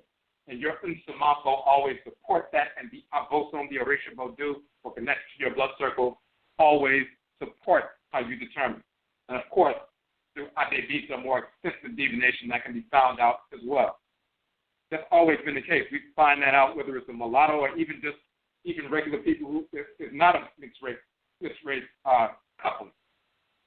When you get together with somebody, people do divination very often just to see if this is the kind of person you should marry. Do they have the kind of ancestral family you want to be connected with, even if you're part of the same ethnic group? But some people do have mental illness or spiritual discordance in the family, or maybe some of their family were criminals and rapists and so forth, and they have those kind of spirits around them. Do you want to marry that kind of person, even if they're just a regular black person from your community? We do that kind of divination anyway, just to make sure we don't marry the wrong person and bring that kind of discordance in our lives. There may have been wars against the other ethnic group, inter-ethnic wars for 100 years, and they killed a bunch of your people. Now you come in and marry somebody who still have ancestral spirits who are still angry about that and still discordant and want to cause problems for you, and sickness and illness and miscarriages and everything else, and bringing on some spiritual discordance or bipolar disorder that will manifest as that of schizophrenia because you have these little spirits walking around. So we do that just in general, not just because of mixed race instances, but just in general. That's part of the culture. That's part of the marriage process and so forth, investigating who's who before you even engage in that endeavor, engage in that activity, that institution of marriage, awadi. So this is how we properly determine who's who. Every mulatto is not Afurakani or Afuraitkaitnut. Some of them are the enemy. Some of them are our people. It is through our culture that has served us, of course, for millions of years that we find out those details. White culture cannot teach you that. It's inferior. It's incapable of teaching you reality. So Negroes running around trying to make decisions based on white culture or blackening up white silly pseudo concepts and just focused on DNA, that's pure stupidity. A DNA test can determine for you what is the provenance of the spirit. What side did the spirit come from? Is it Afurakani ancestor or ancestress that entered into the physical womb? Or is it one of the white spirits that came back? A DNA test can't tell you that. So a Negro just relying on that is foolish. They're worshiping the whites and their offspring. We have the technology to determine these things absolutely. Crackers do not. So we're going to, one more thing before we take a couple of calls. If you have a question or a comment on the phone line, simply hit the number 1 so we can see that your hand is raised. And, of course, if you want to interact in the chat room, you must log in as a user to interact. You can sign up for a username very quickly in Blog Talk if you want to interact. We're going to go through some of this information a little bit quickly because we touched on it before, and we're also going to address some of this information in the future broadcast, but we just wanted to touch on a section within the Runu Pertin Heru, the so-called Book of the Dead, Book of Coming Forth by Day and so forth, dealing with this notion of BEBRA or reincarnation. And there's a number of different instances where it's touched upon, but we want to show the reality. And when you understand ancestral religion and practice that, you see that not only are the same terms you find in the book, in the Medusa, found in the Akanle, but we have the living culture. So we can decipher and read these texts, not only read them, but understand what's being talked about because we possess the same deity. And we speak the same language with the same word, with the same meaning. And we have the same ritual practices and experiences that are laid out in the book, so we know exactly what we're looking at.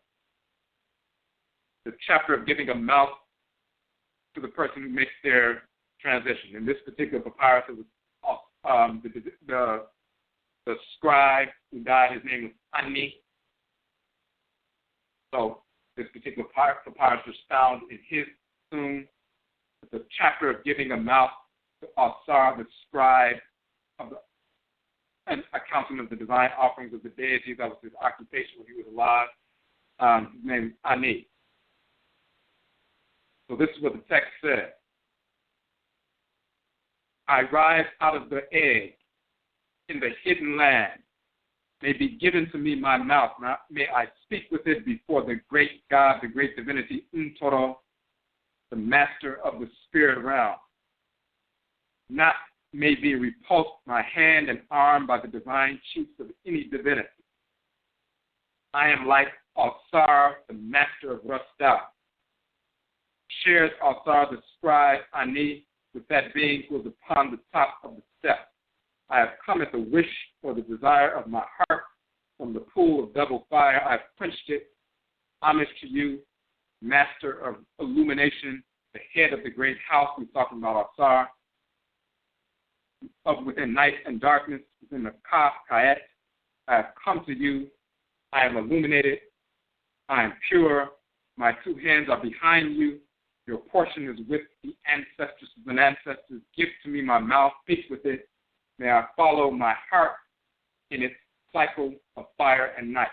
So when they say, give to me my mouth so I can speak with it, do not allow me to be repulsed by anyone. There's four different things that are going on here. These texts operate on different levels. First, yes, we have ritual prayer. They can be read, but people have memorized these things. That's why they wrote them down, but they were memorized. It's like we memorize libation prayers, or ritual song, ritual dance, and so forth. We can write it down if we want to, but we don't have to because it's all oral. But we also wrote things down in ancient Kemet for our posterity, for us now. So yes, these songs and ritual prayers are recited where the spirit separates from the body. If you look in the Hoodoo tradition, for example, there's a condition when someone goes to sleep, and some of you have had this experience, whether you were children and now as adults. And in the Hoodoo tradition, they say a witch is riding you. What do they mean when a witch is riding? When you're asleep, you're operating in the spirit realm, and all of a sudden, you feel a heaviness upon your body. You feel paralyzed. You can't move. You can't move your arms. You can't move your legs. You can barely open your mouth.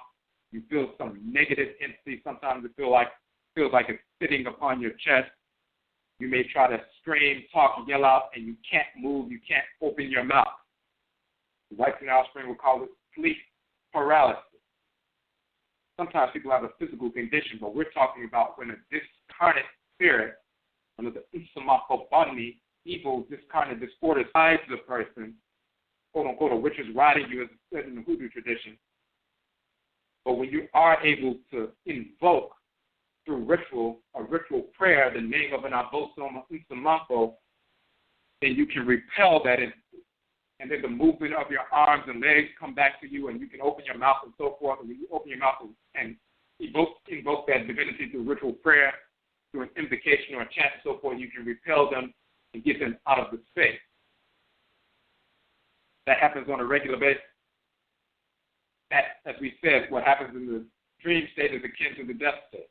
When someone makes their transition, if they live in harmony with order, then the Unsamako of their direct blood circle, their ancestors and ancestors, gather around them and guide them to the ancestral realm. They do okay, pray for them and then pour libation and give offerings and so forth and give them a smooth transition to the ancestral realm. Why do we engage that process? Because we have experience. If you were going to leave your house and go 10 blocks away or 5 blocks away to your relative's house and you decided to walk, if you were living in harmony and order and you had a nice neighborhood and everybody knew everyone, then you could just walk to the person's house. If you lived in a bad neighborhood, a very bad, violent neighborhood, as soon as you walk out the door, from the time you walk from that door and walk to the other person's house, you may have people trying to rob you, steal from you, beg and so forth, attack and so forth. You have to make your way and defend yourself so you don't get caught up and killed on the street. There are transient people, homeless people, criminals, and so forth. You have to make your way through all of that so you can get to the other house safe, because you might get caught up and never make it to the other house. When somebody makes their transition, they live in harmony with order, they should repel some of these negative transients who are just hanging around Earthbound, hanging around the place where they were shot and died, hanging around the house where they died and so forth. Their spirits have been hanging around for 100 years and so forth, quote unquote, haunting the houses, or you go outside and just hanging around the stop sign where they were killed, and They're distracting people every time they stop at that stop sign, and that distraction causes people to have crashes. And every few weeks, somebody has a crash at that stop sign because that spirit is there distracting people for a few seconds every time they stop, causing all kinds of chaos. Those kind of earthbound spirits are Samanko Bani, who are wayward and homeless because they were repelled from the ancestral realm and didn't make it, and they're just hanging around earthbound. You try to make your transition from separating from your physical body to the ancestral realm, you can get caught up with these transient spirits and pulled in different directions and suffer some discord. So we have ritual practices to help you repel them so you can move forward and be embraced by them in Samatha. But if you got caught up in the exact same thing that happened when you were asleep in the bed, sleep paralysis, the spirit is riding you, the same thing happens when you make your transition. Spirits try to stop you, control you, shut your mouth, and so forth, restrain you. But then when you begin to use invocations, invoke the abosom, the forces in nature, evoke your ancestors and ancestors, you can repel these weak little spirits, and they can't control or restrain you, and you have freedom of movement. Once again, you can open your mouth and invoke with ritual incantation, invocation. And then you can move forward. So he says, give me my mouth so that I can speak with it. I made my transition. He's calling on the abosom. Give me my mouth so I can speak. Give me the power to invoke so I can repel any negative spirit. Not may I be repulsed by any of these other spirits. I want to have the power to move freely and function freely and repel anything negative so I can make it through the ancestral realm without issue. So that takes place in the dream state, and we have experienced that. That exact same thing takes place in the after-death state. That's why we already have rituals in place as part of the funerary process to guide that spirit, to help them repel any negative spirit that's part of their blood circle or outside of their blood circle so they can get to the ancestral realm and repose in the ancestral realm in peace. That's what takes place. So that's on the day-to-day, during the sleep state and so forth. That's also in the after-death state. But there's also another application for that specific text. It's said to be said, I rise out of the edge in the land that's hidden, Hasheta, the hidden land. May I be given to me my mouth, may I speak with it before the great divinity, the master of the duat, the spirit realm. Not may be repulsed my hand and arm by the divine chief. This is talking about physical birth. I rise out of the egg in the hidden land. In the womb, you're in the amniotic fluid and so forth, you're in that hidden state, then you rise out of the egg. May I be given my mouth so I can speak with it. So the first thing you do is have an invocation. Your mouth opens and then you cry and so forth, and that's the same cry, the great cackle, the great cackler, Amen and Amenet, in the form of the great goose and gander, when they first release their sound vibrations and cackle and create the black substance of space. And we talk about Amen and Amenet, the great goose, the great Ganga, Ganga Ur and Ganga Uri. We talked about that, and we pour libation. We first invoke them and say, Akgo, and people say Amen and so forth. We're invoking them. We're doing that great cackling like the great goose and gander first cackle and release sound vibrations to create the universe. We engage that same process, and then we pour libation. When a child comes out of the womb, they rise up out of the egg from the hidden land. They engage that Ganga or that great cackling. They say Akgo. They make that announcement that they are here. They want to open their mouths to release those sound vibrations to invoke the abosom that governs them. And then they have movement of their arms and legs and they begin to function and so forth. So that text also deals with BEBRA, the return of an ancestral spirit into the physical world, rising out of the egg, opening their mouth and beginning to function and operate, and then becoming embraced by their ancestral family. First they were ancestors and ancestors in the spirit realm. Now they're back in the physical family, still their ancestral family. They're being received into the physical family, just like when they made transition before, their ancestral family received them into the ancestral realm. Now that they're leaving the ancestral realm and coming into the physical family, they're being received in that realm, and they're being protected. Just like they were an ancestral spirit when they died, in their journey to the ancestral realm to protect them against these negative spirits who are hanging around. When they come into the physical world and they're born as babies, first they are given their mouth. The chapter opening the mouth. Give to me my mouth so I can speak with it. May I not be repulsed to have the movement and the freedom and the power over my legs and arms. You have other texts saying, give me the power over my legs, and have power over my legs, and have power over my arms. I am illuminate. I'm thinking, I'm reasoning. I'm in harmony with the spirit that governs. The same thing is taking place. In this, talking about the return to the physical realm. This is what's happening in this text. It is a reference to BEBRA, reincarnation. The whites and offspring cannot read this in these texts because they don't understand the culture. The Negroes who imitate the whites and offspring, yet claiming to be culture bearers and spiritualists, don't have that understanding either. They're just white Egyptologists and blackface. The only way you can understand ancestral religion through these texts is to practice ancestral religion. And that's not applying Hinduism to these texts either. I'm trying to blacken up Hinduism or Hermeticism or some nonsensical moorishism or anything else, or Luwapianism, all that idiocy that has no basis in reality. Okay, so we have 14 minutes left. We have some questions in the chat room. If you have a question or a comment on the phone line, hit the number 1. We're going to try to get to everybody. We're going to see how we can get to that. In the chat room, okay, before we get to this question, in the chat room, some came in a little bit later. We reminded everybody this weekend, October 16th, which is our Wusidah, which is a Sunday, we have our Hoodoo Mind, Hoodoo Nation Festival here in Washington, D.C. It is free and open to Afurakani, Afuraitkaitnit people only. All-day festival, 11 a.m. to 7 p.m. We will have a number of presenters. We will be presenting, as well as Ama Asase Ajay and Afia Asase Ritual. We'll be talking about root work, root medicine, as well as the use of Asumine, talismans, amulets, impregnated with divine power for healing, as well as defensive medicine and so forth. We'll be doing these various presentations. We will also have our Egua Marketplace vendors, which you can shop with all day, natural products, handmade products, as well as vegan food and so forth.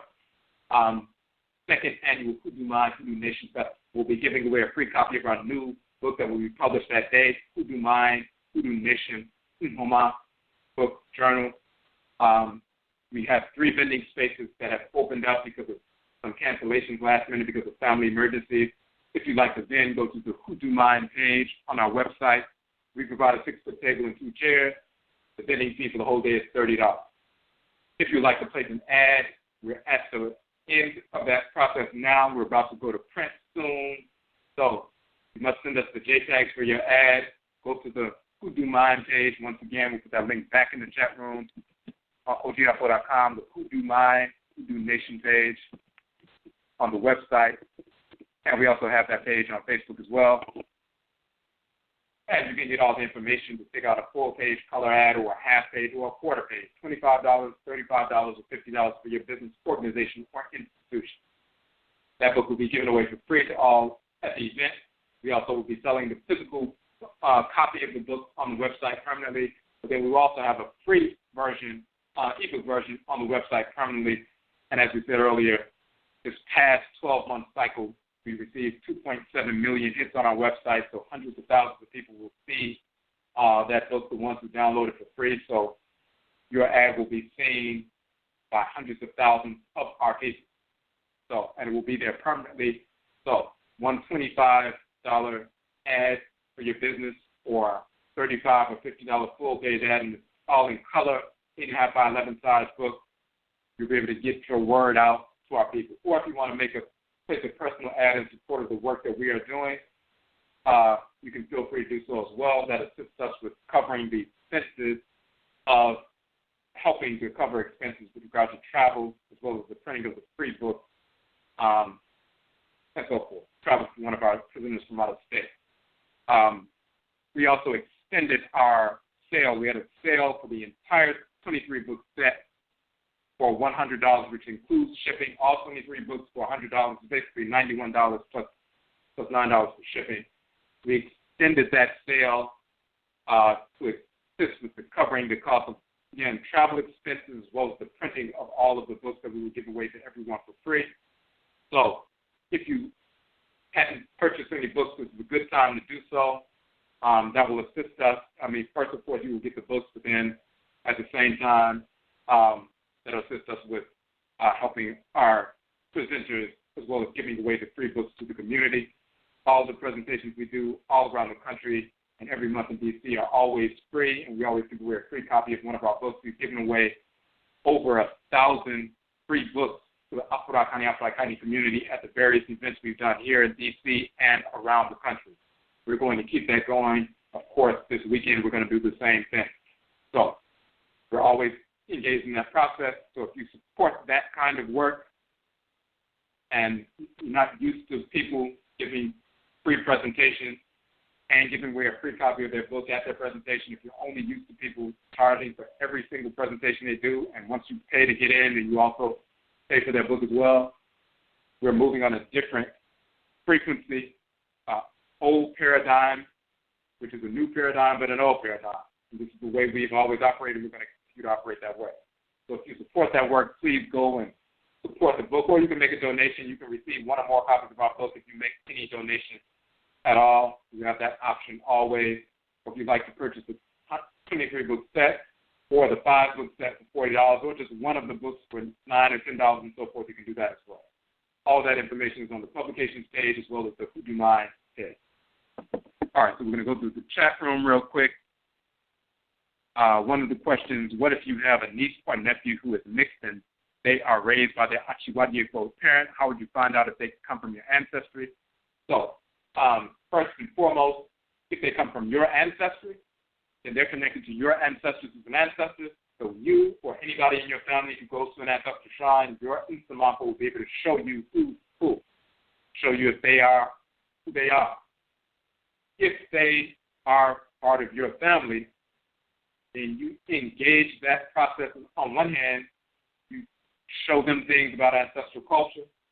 Some of them may be resistant because they've been connected with their white family or the brainwashed people in the black part of aspect of the family and so forth, and they're repulsive or they feel repulsed by ancestral religion. But on one hand, the way you operate, the way you conduct yourself, they're going to be drawn to that. You give them information when they ask for it, or you give it to them in the context of your conversations with them about different things. You always bring in the analysis that's coming from ancestral religion, from an ancestral religious perspective, and they will begin to see that every time they talk with you or interface with you, your analysis of every issue that can, on every level, is different than everybody else. They'll be drawn to your spirit and the way you operate. That's on a physical, direct level. But then you also work on them by going to your or your ancestral shrine to magnify that energy at the shrine so that they can begin to impact them when you're not around them. So the Insamako are hitting them while throughout the course of every day and while they're dreaming and so forth and all the time, and that's spiritually. And then physically, whenever you're in their presence, you're feeding them with proper sound information and you're modeling the kind of behavior, conducting yourself in a fashion that's reflective of ancestral religion, which is rooted in Nyame and Sheshe divine order. When they see you operating in orderly fashion, they'll be drawn to that because their parent is a spirit of disorder, repulsive. They may have been putting up with it, but when order gets next to disorder, there's a clear contrast, and they'll be drawn to what you're doing. It's like placing a clean glass of water next to a dirty one. You're going to automatically look at the clean. So that's what's going to take place. And what typically happens in those situations is eventually, as the child grows older and develops and becomes more independent, they start moving towards the black side of the family more and repelling the other. And especially when somebody's involved in ancestral culture and is working, on one hand, to educate and edify them on the culture physically through communication and modeling behavior, but then ritually working with the Unsumapo to impact them day and night. So even when you're not around them, they're getting hit all the time from all around, from covering all bases. So that's the way we approach that. And we've seen it, manifest in a positive way. Okay. So the other, there's another piece in the chat room, and the comment is, ODWIRA, believe it or not, my dream last night was literally about mulatto hybrid bodies. I have the same concerns awake as in my dream. I've been having obsessive thoughts about being bred out, my belief of what happened in the Americas, North Africa, Mideast, etc. Same perversities as mixed in other varieties of Achuatic behaviors. Are we all created beings in danger, or do you have any impressions about this? I think I really want to know is how deep is the infection of the empire in the physical. Now, whites and offspring don't really have that capacity to breed us out. They're being bred out. So every time, even just physiologically, two things going on. Number one, with regard to the Western Eurasian, they're already less than 10% of the population of the world. So we're talking about Europeans, so this is the Western Eurasian, of course, Asians, Orientals are the Eastern Eurasians. The Western Eurasians, including white Americans and so forth, North Americans and so forth, less than 10% of the world population. Their population is decreasing. They're at negative population growth, and they've been that for over a generation. They're already disappearing just by virtue of the fact they're not having enough babies. They're not operating at a replacement population level. Haven't been for over a generation, decades. They are being weeded out just based on that. And then just based on the birth rate. They're seeking to promote bisexuality, homosexuality to attack our families, but of course it expands, and it's very expansive within their own community, so the more they expand, quote-unquote, same-sex marriage, bisexual marriage, and so forth, and promote the coming out of that perversity, the more they expand their people's lack of capacity to replace their population. So it's actually destroying them at an even accelerated rate. Now, they're trying to destroy our people through wars, drug addiction, incarceration, everything. They're doing everything they can. But the more we awaken, which we are doing, the more we repel their culture and embrace our own, repel them, they will not only be bred out, but then, of course, there's warfare, physical warfare, chemical and biological warfare. War has never stopped between us, and it's going to be us or them, and it's going to be them. They're already being weeded out. And then you also have the Eastern Eurasian. They institute policies where they can only have one or two children and so forth. Perfectly fine, because we have the highest birth rate in the world. In Afuraitkaitnut, black people have the highest birth rate. The more we take care of who we are and establish what we need to establish, the more expansive it is, the more we protect ourselves. We're on the upswing, and they are the ones who are degenerate. Now, we just want to say there's only about a minute left in the broadcast. We really don't have to go over time because that was the last question in the chat room, and we only have 55 seconds left. So if you have any questions that we weren't able to get to, just send us an email. Connect with us on Facebook. We can get to that. But again, please go to the Hoodoo Mind page, Hoodoo Nation page, or the publications page on the website. Support the work we are doing. We're in the final stretches of everything with the conference. So if you support the work we're doing, this is a good time to make that book purchase, whether you're purchasing for yourself or a birthday gift. Somebody purchased some books and gave it as a birthday gift to somebody or gift to somebody today. That's a good way to do that. That's the best kind of gift, or to your nephews, nieces, and so forth. Give them one of the books and so forth. So again, go to the Hoodoo Mind page and over Home Publications page for that. Again, we thank you for tuning in to the broadcast, and we will meet again.